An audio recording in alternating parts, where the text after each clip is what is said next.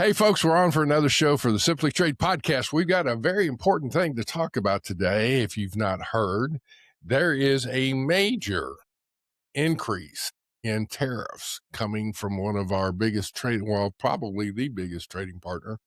They're usually number 2 or number 3 in some of this. When China dropped out, and now they're either number 2 or number 3, depending on who it is. And that's Canada in this case that we're going to be talking about. And I got to tell you, this is going to be something where hopefully we're going to be able to get into some details here to say what in the world is going on and what's the impact. Exactly. So I usually know it's a good time to record something when you see, like, out of your first 5 posts on LinkedIn, 4 out of those 5 are about that topic. So, Mm-hmm. so I reached out to Mollie. We've had Mollie, and Mollie, I hope I don't mess up your last name. Is Sitkowski? Sitkowski, but yeah, Okay, it works. pretty close. Sorry. Yeah. So we've had her on the show before. Anik had her on the show as well, and every time we're at a conference, she's always so sweet and says really good things about us and our shows. So you can't help but have her on the show. And she said, "Yes, I'm available today. Can we record today?" So here we are, and so she'll be filling us in on the latest and greatest, like Andy said, on formally it's Section 338. Mm-hmm. 338 of the Hawley-Smoot Tariff Act of 1930. If anyone has 1930, yes. Ferris Bueller's Day Off talks about the Hawley-Smoot Tariff Act, and they go around the city right behind me. So yeah, 338. So, but they say that this is the first time it's been used for this purpose? Yeah, well, so I haven't looked up the exact history, but this is the first time I've seen it being used.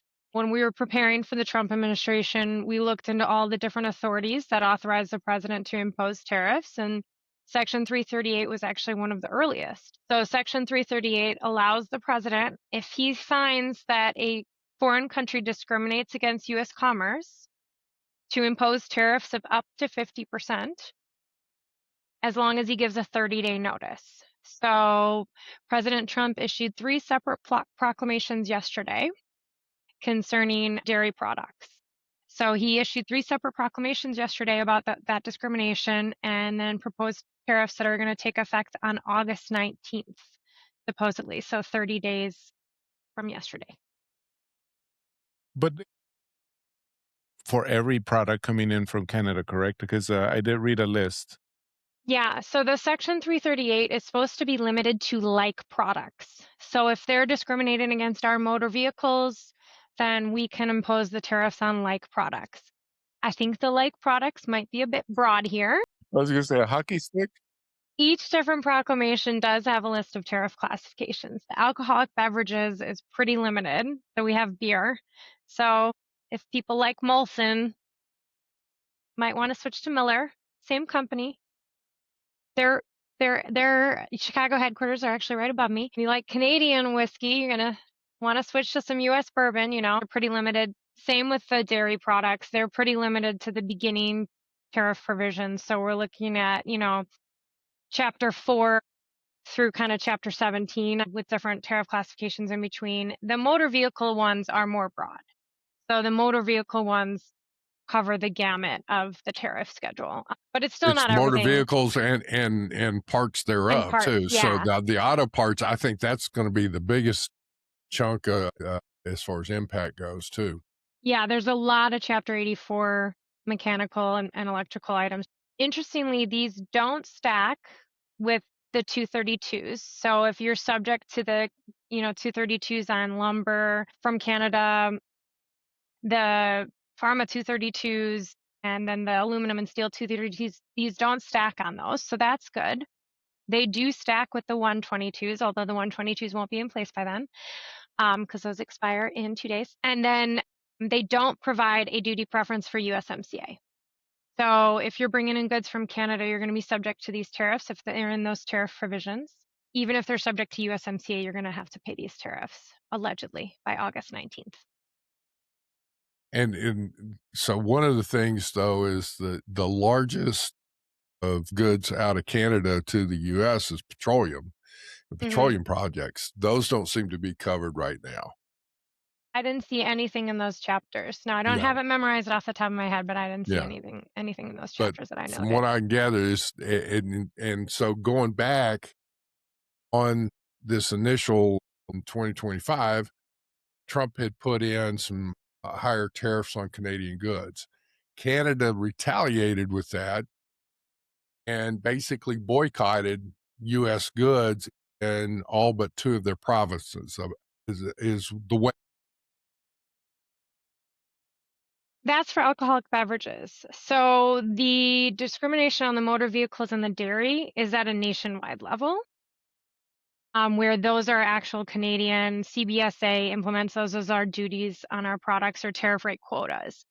The alcoholic beverages, it was a voluntary boycott enacted by Right. these provinces. So you can think of it as like, okay, Tennessee doesn't want to accept Canadian whiskey and they're going to say that they're not accepting it anymore.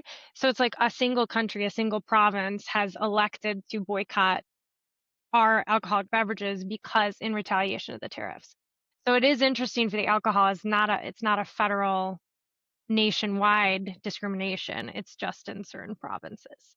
Well, and the one thing though is the dairy side of it. There's always there's been a long dispute between Canada and U.S. as far as dairy. Mhm. Canada's been pretty protective of their dairy, but it's been going back and forth for quite some time. The new wrinkle in this is really the automotive, isn't it? It's because there are automobiles that are manufactured both in the US and Canada. So part of the manufacturing is done in one country and then the unit is shipped and finished out in the other country or vice versa to my understanding, right? Yeah. There's a lot of it, like NAFTA automotive. So we have some parts manufacturers here in the United States that they'll manufacture part of the part. They'll send it to Canada for some finishing.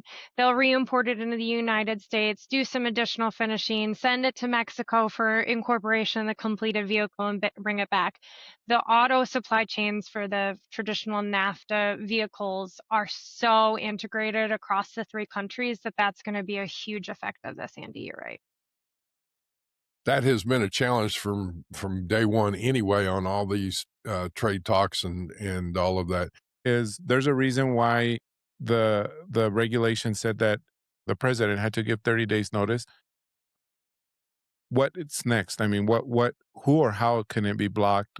What is going to happen? I mean, is there congressional intervention or I mean, Congress could try and intervene. This one is pretty set on he pretty much followed the letter of this statute. So Congress would have to pass a law either explicitly overriding this or repealing these tariffs if it wanted to do something about it. And I just don't think they're They're going to not get going to that do sort that of fast. agreement. Yeah. They can't move that fast anyway. But could it be the reverse of what has been happening and a court can block it instead of waiting till afterwards? So yes, these could be challenged at the Court of International Trade, but as you may recall with the Section 122 litigation at the Court of International Trade, and frankly, what's going on right now with the IEPA litigation is that the Supreme Court said that you can't have blanket nationwide injunctions against activities. So an individual plaintiff could file in the Court of International Trade and request an injunction from customs collecting these duties.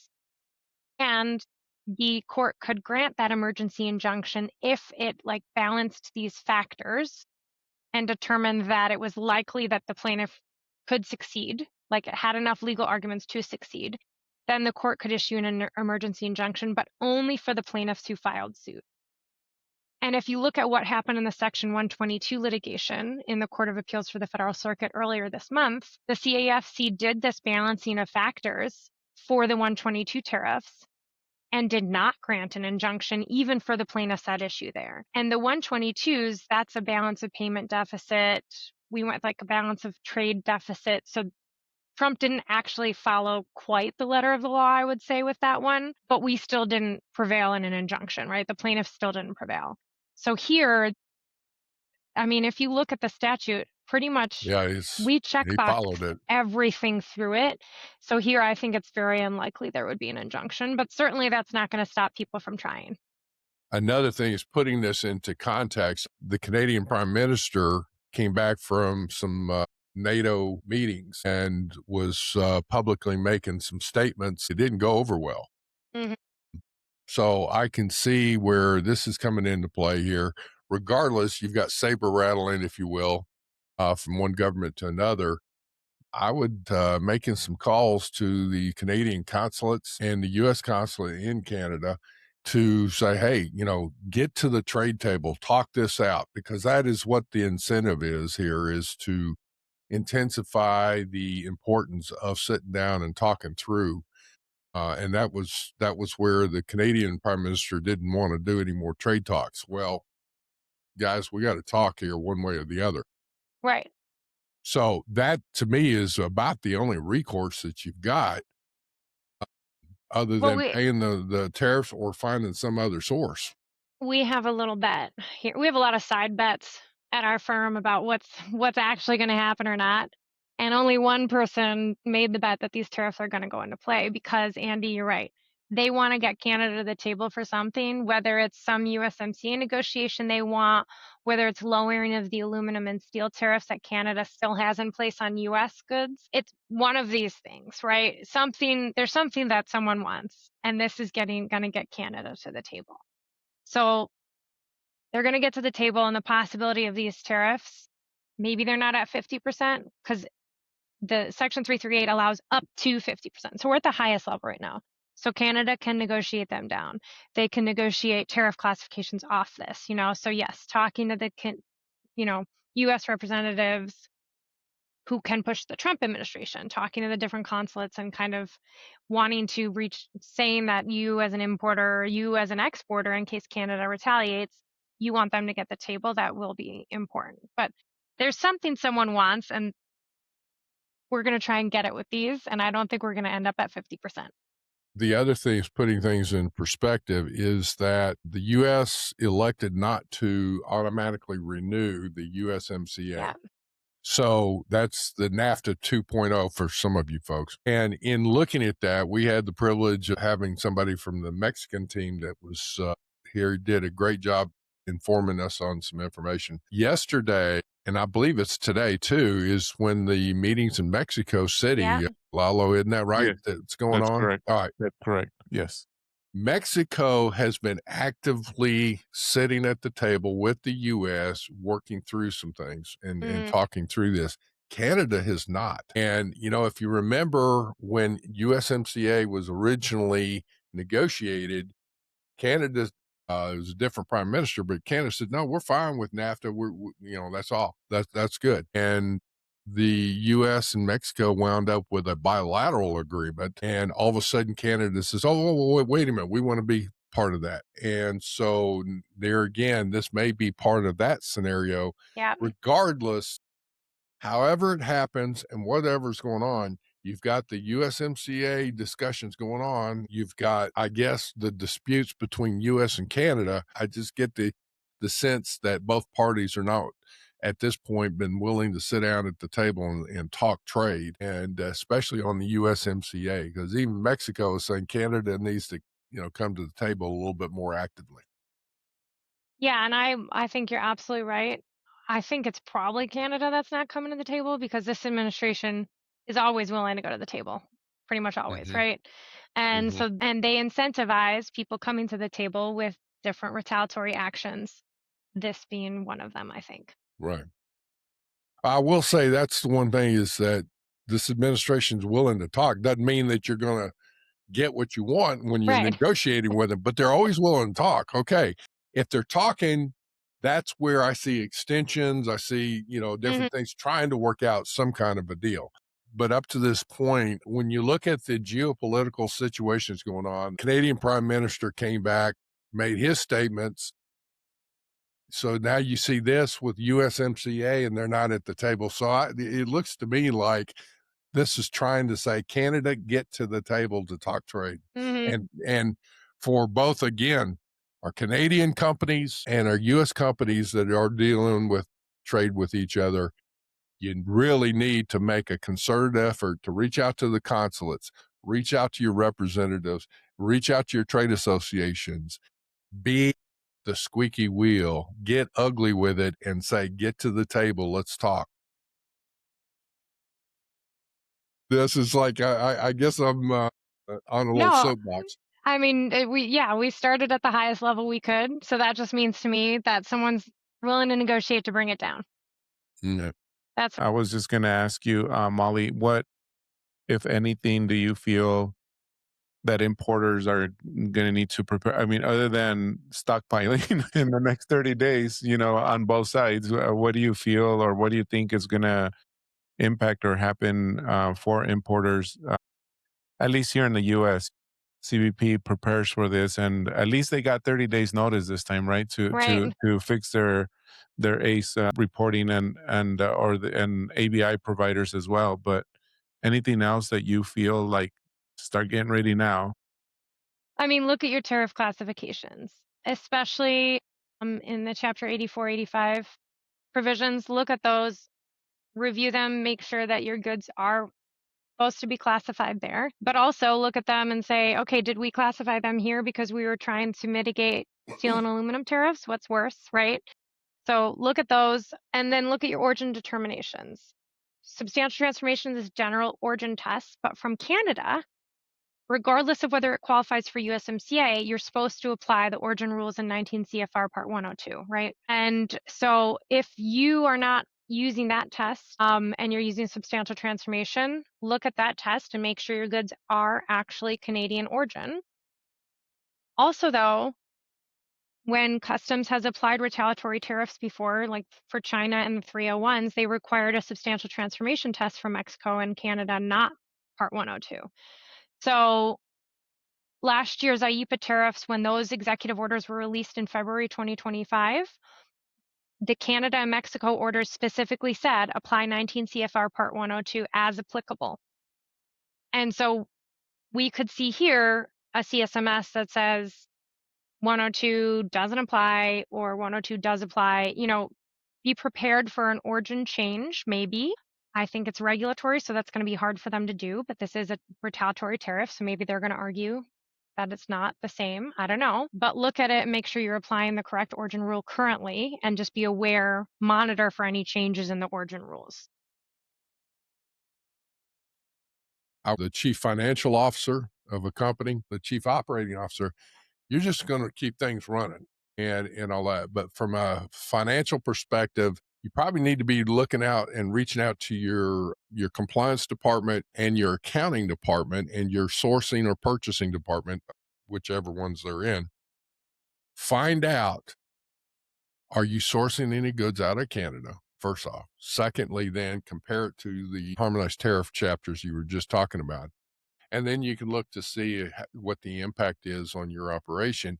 Then you'll have some real numbers that you can come up with that in turn you need to get your regulatory affairs folks involved, whether you contract that out, whether it's your legal department or whomever, or your compliance groups.